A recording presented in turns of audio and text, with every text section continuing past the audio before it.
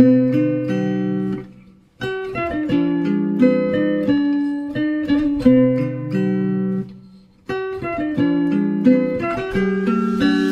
се за кратко, за да ви кажа как се чувствам. От малко по малко пропадам, земята не чувствам и леко пак съм скептичен към това дали съществувам или просто вирея на чуждо желание рубувам. А мен никой ми пита изобщо как ли се справям. Всеки ден си повтарям, не искам повече да падам. Ама как ли се става, когато тежест гърдите те удар здраво в сърцето и замъглява очите.